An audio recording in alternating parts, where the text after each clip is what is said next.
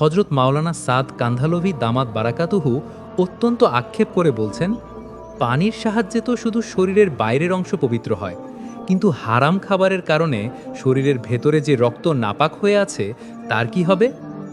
একটু ভেবে দেখুন, একজন সামান্য ঘাস কাটা শ্রমিক, যার ঘরে ৩ দিন ধরে ঠিকমতো খাবার নেই, অথচ তার দেয়া সামান্য হালাল রুটি খেয়ে একজন বড় আলেম স্বপ্নে বারবার নবীজির জিয়ারাত লাভ করলেন।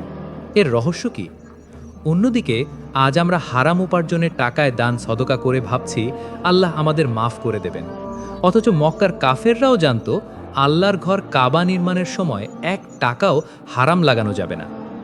ইবাদত কবুল হওয়ার সবচেয়ে প্রথম শর্ত কি? হালাল হারাম নিয়ে হজরত মাওলানা সাদ সাহেবের আজকের এই বয়ানটি আপনার জীবনের মোড় ঘুরিয়ে দিতে পারে। শুনি হজরতজি কি বলেছেন, শুনি ইনশাআল্লাহ। और सारी दुनिया के मुसलमानों को इसका हुक्म है कि अपनी ग़िज़ा को पाकीज़ा रखें। हमें अंदाज़ा नहीं है, हमें इसका अंदाज़ा नहीं है कि सबसे ज़्यादा गुनाहों में मुब्तला करने वाली और सबसे ज़्यादा अल्लाह की याद भुलाने वाली और उसके अहकाम को ज़ाय कराने वाली जो चीज़ है, सबसे पहले वो गंदी ग़िज़ा है। ये सबसे पहली चीज है, ये बहुत अहम बात है। সারা বিশ্বের মুসলমানদের প্রতি এই নির্দেশ দেওয়া হয়েছে যে তারা যেন নিজেদের খাবারকে পবিত্র বা হালাল রাখে। আমাদের হয়তো ধারণাই নেই যে মানুষকে সবচেয়ে বেশি গুনাহের কাজে লিপ্ত করার এবং সবচেয়ে বেশি আল্লাহ স্মরণ ভুলিয়ে দেওয়ার পেছনে যেই জিনিসটি সবার আগে দায়ী তা হলো অপবিত্র বা হারাম খাবার। এটিই হলো প্রথম জিনিস। এটি অত্যন্ত গুরুত্বপূর্ণ একটি কথা। इस बारे में अल्लाह मुझे माफ़ फरमाए, इस बारे में मुसलमान बहुत गफलत में हैं, बहुत गफलत में हैं। हालांकि ये सबसे पहली शर्त है। मैं तो कहा करता हूँ कि एक आदमी अगर वजू कर ले नमाज के लिए या जनाबत की हालत में गुस्ल कर ले, तो इसके गुस्ल इसके वजू से इसके बदन का खुदा की कसम सिर्फ जाहिर पाक होता है, अंदर का खून जो गंदा खून है नापाक ग़िज़ा से वो इससे पाक नहीं होता। इसके जिम्मे 2 तहारतें हैं, इसके जिम्मे 2 तहारतें हैं। अपने बदन के खून को पाक रखना भी खुदा की कसम नमाज पढ़ने फराइज के अदा करने के लिए बदन के खून को हराम ग़िज़ा से पाक रखना इतना ही लाजिम है जितना अपने बदन के जाहिर को नमाज के लिए पाक करना लाजिम है। तहारत दोनों बराबर है। আল্লাহ আমাকে ক্ষমা করুন, এ ব্যাপারে মুসলমানরা অনেক বেশি গাফলতি বা উদাসীনতার মধ্যে রয়েছে, অথচ এটিই হলো ইবাদত কবুলের সবচেয়ে প্রথম শর্ত। আমি তো বলি, একজন মানুষ যদি নামাজের জন্য অজু করে নেয় অথবা অপবিত্র অবস্থায় গোসল করে নেয়, তাহলে তার এই গোসল ও অজুর মাধ্যমে আল্লাহর কসম তার শরীরের কেবল বাইরের অংশটুকু পবিত্র হয়, কিন্তু ভেতরের রক্ত যা হারাম খাবারের কারণে অপবিত্র ও নোংরা হয়ে আছে তাই অজু বা গোসলের মাধ্যমে পবিত্র হয় না। একজন মানুষের উপর 2টি পবিত্রতা অর্জন করা ফরজ। নিজের শরীরের রক্তকে হারাম খাবার থেকে পবিত্র রাখা ঠিক ততটাই অপরিহার্য যতটা নামাজের জন্য শরীরের বাইরের অংশকে পবিত্র করা অপরিহার্য। উভয় পবিত্রতাই সমানভাবে জরুরি। আপনি শুধু গোসল আর অজু করে নামাজের জন্য প্রস্তুত হয়ে গেলেন, ব্যাপারটি এমন নয়। নামাজের জন্য যেমন বাইরের পবিত্রতা শর্ত, তেমনি ভেতরের पवित्रताও শর্ত। आप जहन से निकाल दीजिए कि आप सिर्फ गुस्ल करके वजू करके नमाज के लिए आप तैयार हो जाते हैं कि नहीं। नमाज के लिए, इबादत के लिए जो पाकी बदन के जाहिर की है शर्त, नमाज के लिए वही तहारत की पाकी बदन के दाखिल के लिए भी शर्त है। मैं तो पूरे यकीन से कहता हूँ, पूरे यकीन से कहता हूँ, मुसलमान हलाल रोजी के हासिल करने के लिए इतना माल खर्च नहीं करता जितना बातिल मुसलमान को हराम खिलाने के लिए माल खर्च करता है। আমি পূর্ণ আস্থার সাথে বলছি, একজন মুসলমান হালাল রিজিক উপার্জনের জন্য ততটা সম্পদ ব্যয় করে না যতটা বাতিল শক্তিগুলো মুসলমানদের হারাম খাওয়ানোর জন্য ব্যয় করে। পুরো দুনিয়ায় তাকিয়ে দেখুন, হারাম খাবারগুলো খুব সস্তায় পাওয়া যায়। আগের যুগের কাফেররা এটা খুব ভালো করেই জানত। তারা জানত যে যদি কোনোভাবে তাদের গলা দিয়ে 1 লোকমা হারাম খাবার ঢুকিয়ে দেওয়া যায় তবে তাদের নামাজ প্রত্যাখ্যাত হবে এবং তাদের দোয়াগুলো অন্তঃসার শূন্য হয়ে পড়বে। তাদের দোয়ায় আর কোনো প্রভাব থাকবে না। তাদের কালিমা পড়ার কারণে আমার দুর্গ কেঁপে উঠছে, আমি আমার অর্ধেক ধনভাণ্ডার খরচ করে দেব। তাদের এই অবস্থা ধ্বংস করার জন্য একজন মুশরিক এই কথা বলেছিল। সে খুব ভালো করেই জানত যে যদি কোনোভাবে তাদের গলা দিয়ে এক লোকমা হারাম খাবার ঢুকিয়ে দেওয়া যায় তবে তাদের নামাজ প্রত্যাখ্যাত হবে এবং তাদের দোয়াগুলো অন্তঃসার শূন্য হয়ে পড়বে। তাদের দোয়ায় আর কোনো প্রভাব থাকবে না। আমার স্নেহের বন্ধুগণ, আমি এটাই বলতে চাচ্ছি যে অধপতনের কারণগুলোর মধ্যে একটি বড় কারণ হলো এটি, তা হলো হারাম উপায় বা উপকরণ। কারণগুলোর মধ্যে এটি অন্যতম। এই জন্যই আমি বলেছি আপনাকে লক্ষ্য রাখতে হবে যে আপনি কোন লোকমাটি খাচ্ছেন। আপনি যখন অসুস্থ হন তখন ডাক্তার সর্বপ্রথম প্রশ্ন করেন গতকাল আপনি কি খেয়েছিলেন। একটু চিন্তা করে দেখুন, ওই ব্যক্তির ভুল বা খারাপ খাবারের প্রভাব তার শরীরে প্রকাশ পাচ্ছে, তার বমি হচ্ছে, শরীরে ব্যথা শুরু হয়ে গেছে। তাই ডাক্তারের প্রথম প্রশ্নই থাকে আপনি কি খেয়েছেন। ভেবে দেখুন, যে খাবারটি হালাল ছিল কিন্তু ভুলবশত খারাপ কিছু খাওয়া হয়ে গেছে, তার প্রভাব যখন শরীরে পড়ছে তখন যে খাবারটি সরাসরি হারাম তা খেলে আপনার শরীর থেকে গুনাহ বা পাপ কেন প্রকাশ পাবে না? একটু ভেবে দেখুন। এখন আমি আপনাদের কাছে একটি প্রশ্ন রাখছি। ধরুন আপনার গোসলের প্রয়োজন বা অজুর প্রয়োজন। আমি খুব গুরুত্বপূর্ণ একটি প্রশ্ন করছি। এই অবস্থায় আপনি যদি কেবল আল্লাহর কাছে ইস্তেগফার বা ক্ষমা প্রার্থনা করেন, তবে আমার ধারণা এবং আপনাদেরও একই ধারণা হবে যে শুধু ইস্তেগফার করলেই আপনার শরীর পবিত্র হয়ে যাবে না। এর জন্য তো আপনাকে অবশ্যই গোসল করতে হবে বা পানি ব্যবহার করতে হবে। কতই না আশ্চর্যের বিষয় এটি। ইস্তেগফার করলে হয়তো গুনাহ মাফ হয়ে যাবে, কিন্তু ইস্তেগফার করার মাধ্যমে আপনার ভেতরের যে রক্ত অপবিত্র হয়ে আছে তা কিভাবে পবিত্র হবে?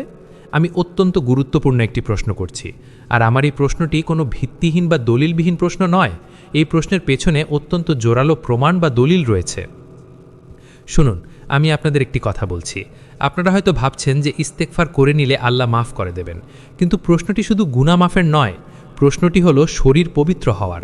যেমনটি আমি আপনাদের উদাহরণ দিলাম, আপনার অজু বা গোসলের প্রয়োজন আর আপনি শুধু ইস্তেগফার করে নিলেন, এই ইস্তেগফার আপনার শরীরকে পবিত্র করবে না। পবিত্রতার জন্য আপনাকে পানি ব্যবহার করতেই হবে, পবিত্রতা অর্জন করতে হবে। হজরত আবু বকর সিদ্দিক রাদিয়াল্লাহুকে যখন ক্ষুধার তীব্রতায় তার এক গোলাম একটি লোকমা খাইয়ে দিয়েছিল, তখন তিনি জিজ্ঞেস করলেন, এটা কোথা থেকে এনেছো? গোলামটি উত্তর দিল, আমি আগে জ্যোতিষগিরি করতাম, এটি তারই উপার্জন। এই কথা শোনার পর আবু বকর রাদিয়াল্লাহু শুধু ইস্তেগফার করে বসে থাকেননি যাতে খাবারটা হজম হয়ে যায়। শুনুন আমি কি বলছি। তিনি চাইলে ইস্তেগফার করতে পারতেন, ভবিষ্যতে আর এমন না খাওয়ার দৃঢ় সংকল্প করতে পারতেন এবং এই খাবারের জন্য অনুতপ্ত হতে পারতেন। কিন্তু বিষয়টি এমন নয় যে একটি ভুল লোকমা খেয়ে ফেলেছি, আল্লাহ মাফ করে দেবেন। আসল বিষয় হলো এই হারাম লোকমাটি শরীরের অংশ হওয়ার আগেই বের করে ফেলতে হবে। তিনি এত দ্রুত বমি করা শুরু করলেন, পানি পান করতে থাকলেন এবং বমি করতে থাকলেন। এভাবে পানি খেয়ে বমি করতে করতে এক পর্যায়ে ওই লোকমাটি পানির সাথে বেরিয়ে এলো।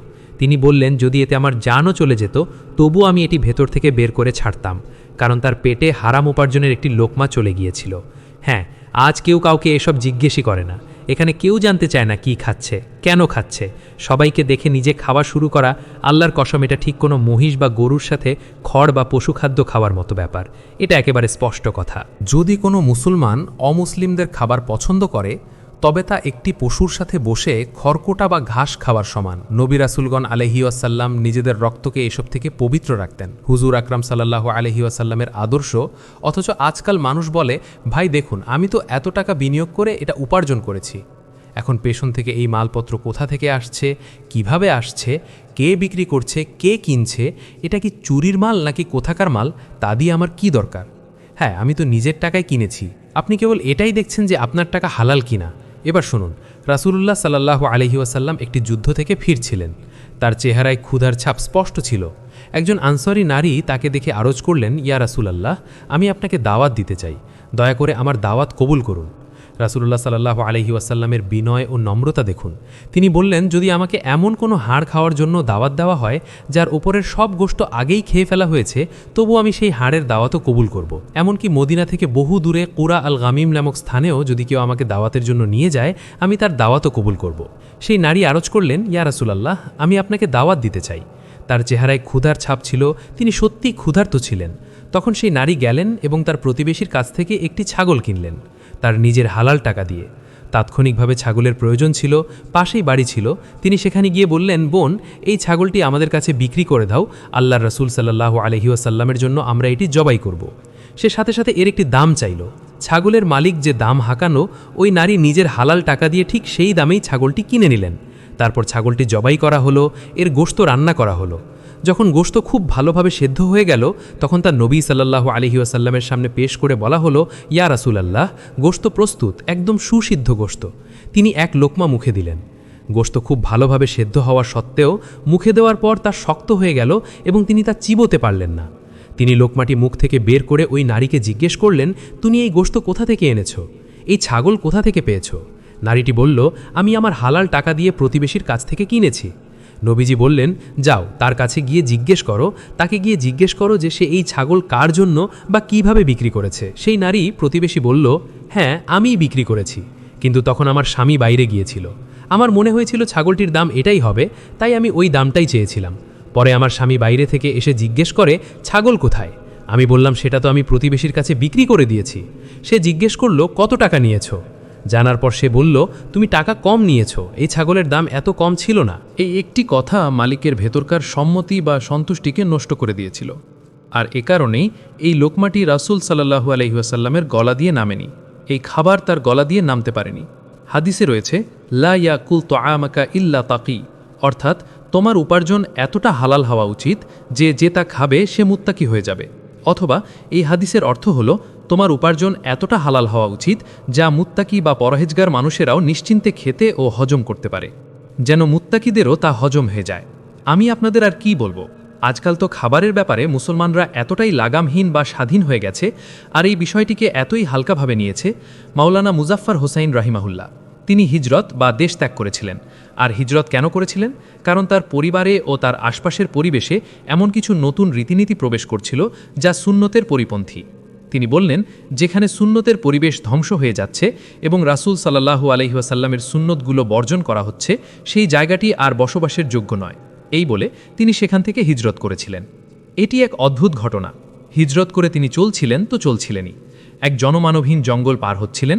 এমন সময় আসরের নামাজের ওয়াক্ত কাছাকাছি চলে এলো।